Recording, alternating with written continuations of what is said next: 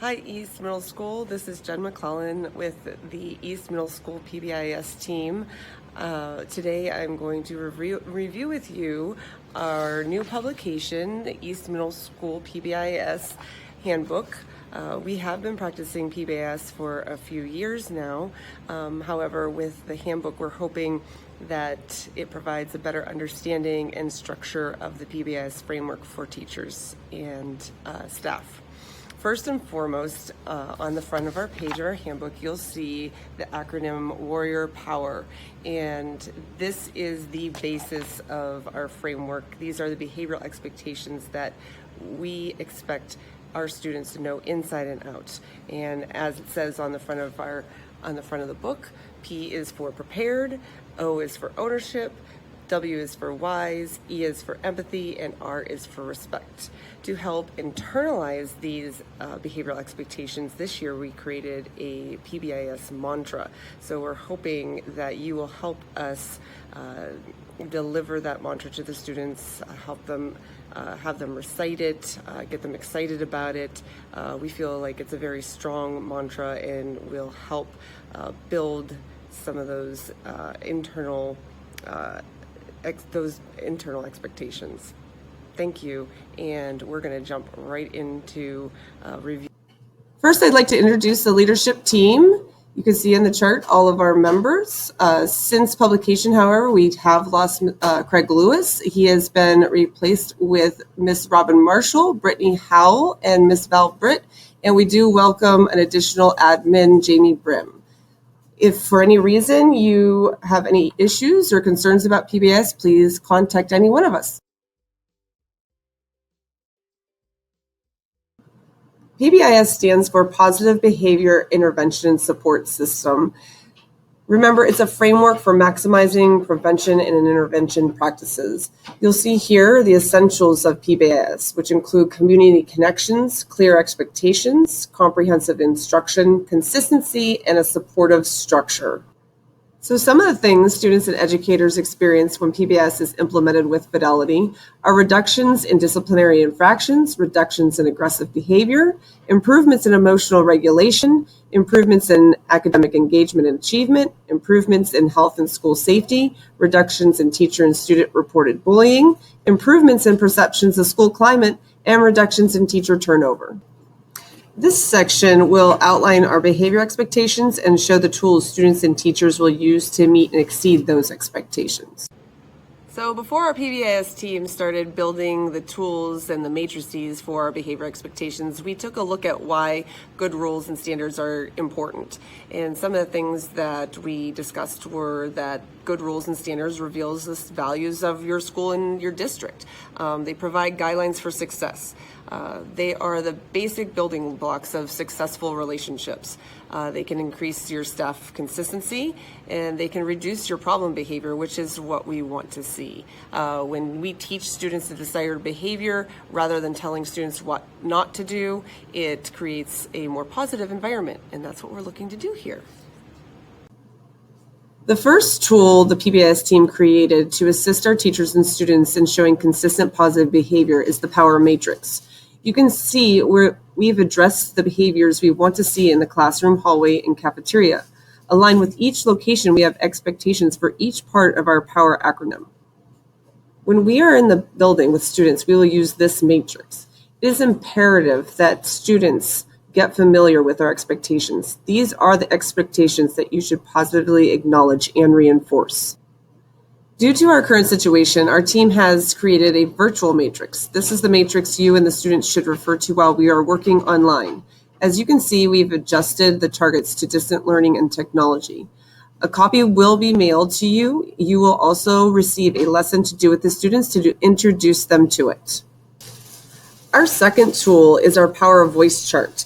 Like so much of classroom management, the key to managing voice levels is to define for students what you expect of them and then hold them to it. Students need to know during every minute of the school day whether it is an allowable time to talk, who they are free to talk with, and what volume level is appropriate. Show your students in a highly detailed way how to interact and behave within each level, and then let them try it out. Another tool our PBIS team created is the Warrior Power Prompts chart. These prompts will help you understand the needs of your students. Just like teaching math or reading, signals for classroom management need to be explicitly taught in practice. When teaching students a new attention signal, follow this typical regime.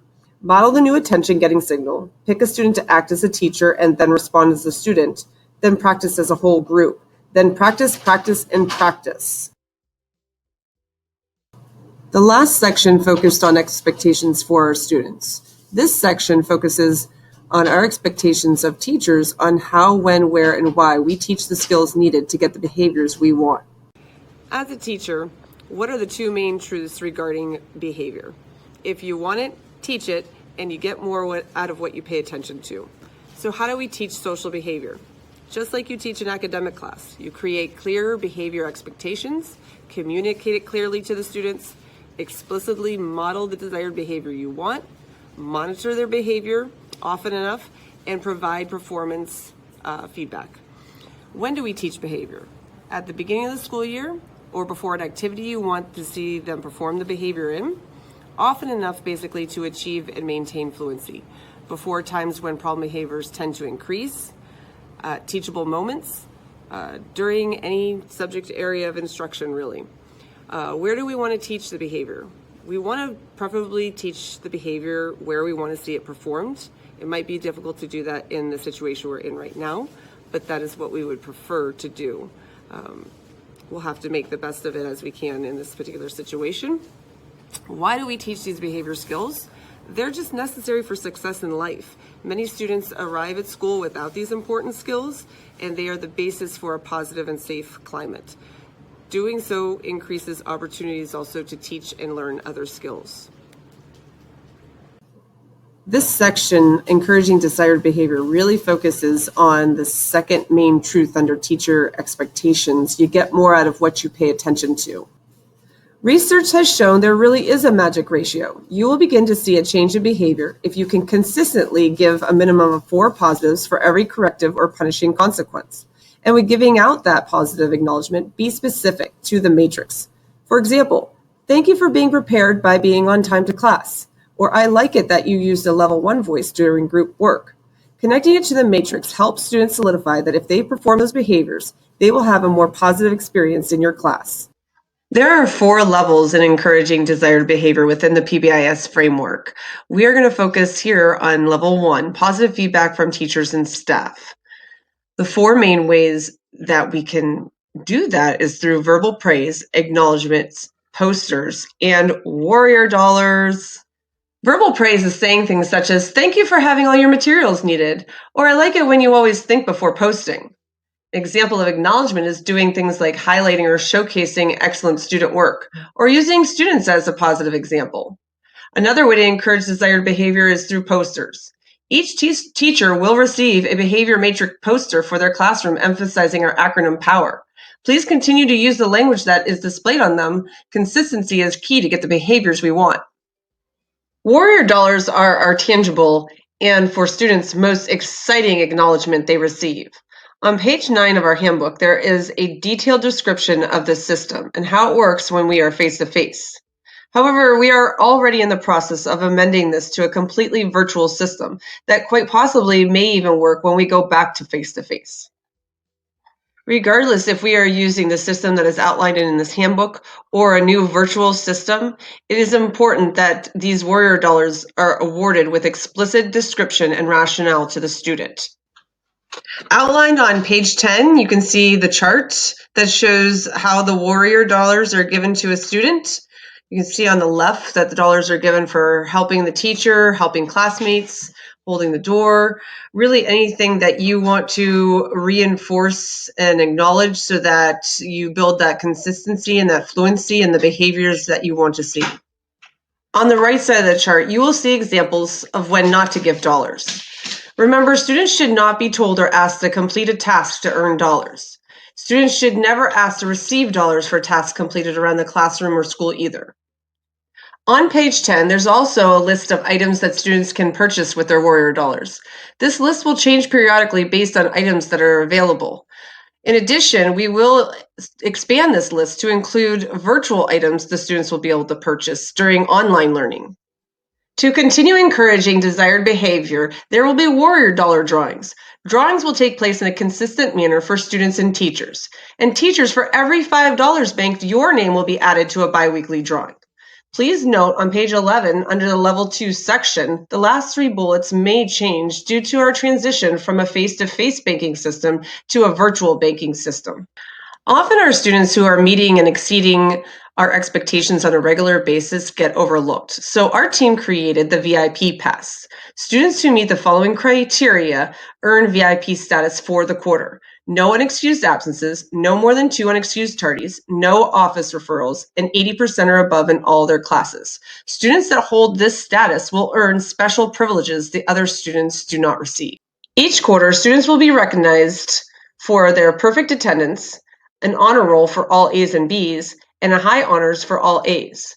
There will also be special events that take place to recognize and acknowledge students who are meeting and exceeding behavior expectations. Just as we want to encourage desired behaviors, we also want to discourage undesired behavior. The key to a positive, effective learning environment is sound classroom management that addresses all aspects of the classroom. Routines should be taught to students at the beginning of the school year and revisited until it is clear that all students understand the routines and are able to perform them. These procedures should be visible so they may be utilized consistently by students and also in the event that a guest teacher is needed in the classroom. In our classrooms, when students are performing well, we tell them. And when they're not doing well, we help them. We usually help them with some sort of feedback. We're going to use the same mindset when teaching behavior expectations. Use positive feedback when students follow the rules, and corrective feedback when they're not following the rules. We want to use rule violations as an opportunity to teach corrective behavior and increase students' repertoire of possible appropriate responses. Student misbehavior has been categorized into 3 levels: minor offenses, major delays, and major offenses. This level system is designed to increase staff consistency in responding to misbehavior. Level 1 offenses are the normal everyday behaviors that occur in the classroom and common areas that are opportunities for correction. Those Level 1 behaviors are identified but not limited to the matrix on page 13, are to be addressed by the classroom teacher but not referred to the office. These are opportunities by the teacher to teach the proper behavior in a positive manner. In the chart on page 13, please notice the 2 headings between minor and major delay, called classroom intervention and minor level 1 consequences. These are preventative and intervention strategies the teacher can use to keep the behavior from moving to the next level. Level 2 major delay offenses are still minor in nature and therefore should be dealt with primarily by the classroom teacher. These offenses require an office discipline referral, or ODR, but are not of a nature that requires students to be removed from the classroom setting immediately. For Level 2 offenses, an administrator will call for the student at an appropriate time, limiting the amount of time a student is away from class. All Level 2 offenses should be followed up with parent contact by the assigning staff member. Refer to the chart on page 13 again and look at the heading labeled Major Delay Level 2 Consequences. Here there are classroom managed strategies that teachers can use and admin managed strategies that admin will use to help prevent behaviors from escalating to the next level. Level 3 major immediate offenses are more serious in nature and therefore should be handled by the administrative staff. These offenses require an office discipline referral and require immediate removal of a student from the classroom and/or school setting. Major immediate offenses should only be administered after following the entire behavior continuum. Please note that major immediate level 3 consequences are only administered by admin. During face-to-face instruction, if a student walks out of your classroom, record and notify of the walkout by sending an email to admin and the front office team. During virtual instruction, if a student leaves your classroom, contact the student through an email or other type of online messaging where only that student is addressed. If it becomes a chronic situation, the family should be contacted to discuss a solution. Students and adults who become emotionally overwhelmed or irritated in a situation may become aggressive or violent. The best way to handle these types of behaviors is to de-escalate the situation. It's important to recognize this does not mean letting the student get away with the behavior. Instead, de-escalation focuses on helping the student return their emotions to normal. It's critical the student is calm for a period of time before behavior and expectations are discussed. See the list of de-escalation strategies and techniques in our appendix. When adults are providing correction to a student, their behavior should be calm, consistent, brief, respectful, and positive. In addition to the prevention and intervention strategies listed in the minor versus major chart, the chart on page 15 lists additional strategies you can use to respond to undesired behaviors. Also on this page, there is information on why, when, and how to use reflection think sheets. These can be emailed to students or posted for them to download. There is an example of one in the appendix called Stop and Think. On page 16, look at step 3. Note when submitting an ODR for a male, you will list Mr. Koval in the title box, Mrs. Brim for a female ODR, and Mrs. Prater if she specifically handled the situation for either a male or female. Ensure you fill in the date the incident happened, and you change the time to when the incident actually occurred.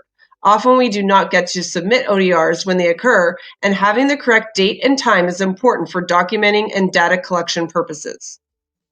On page 17, step 5, event type, always choose K through 8 disruptive behavior.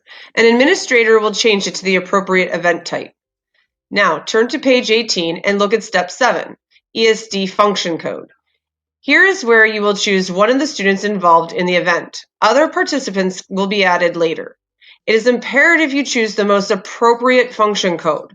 More will be discussed about functions of behavior later in the training. On page 19, step 9, when describing details of an event, be specific. For example, if students were fighting, state specifics about how each student contributed to the fight. Make sure you use initials of students that are not the listed participants. You can add participants later, and the details can be copied and pasted to other participant referrals.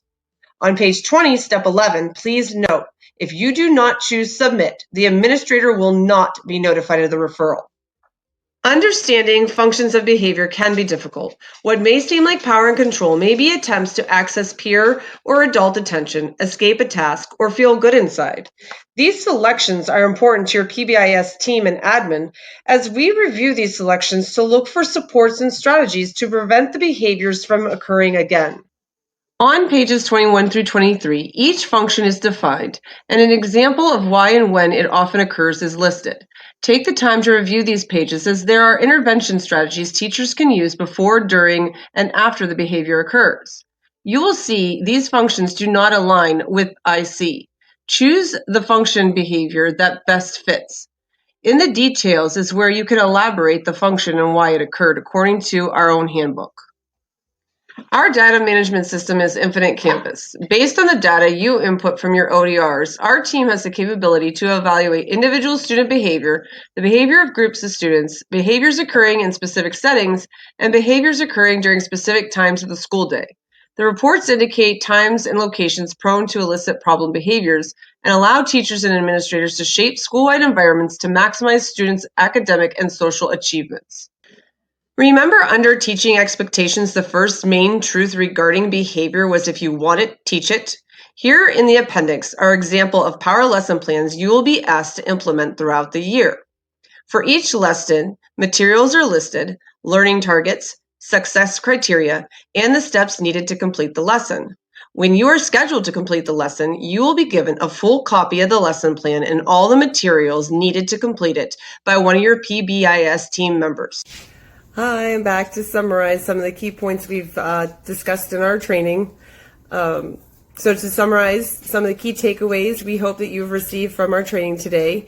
Remember, PBIS stands for Positive Behavior Intervention and Supports. It's our framework to help develop and support our students emotionally, behaviorally, and academically. Staff and students should know our expectations by heart. Remember, Warrior Power is for both staff and students. And the acronym POWER stands for Be Prepared, Show Ownership, Be Wise, Be Empathetic, and Show Respect. Remember that consistency and fidelity is key to seeing the positive changes we want to see in our student behaviors. We want to also remember to keep aligning all of our expectations, acknowledgments, and reinforcements with our power matrix.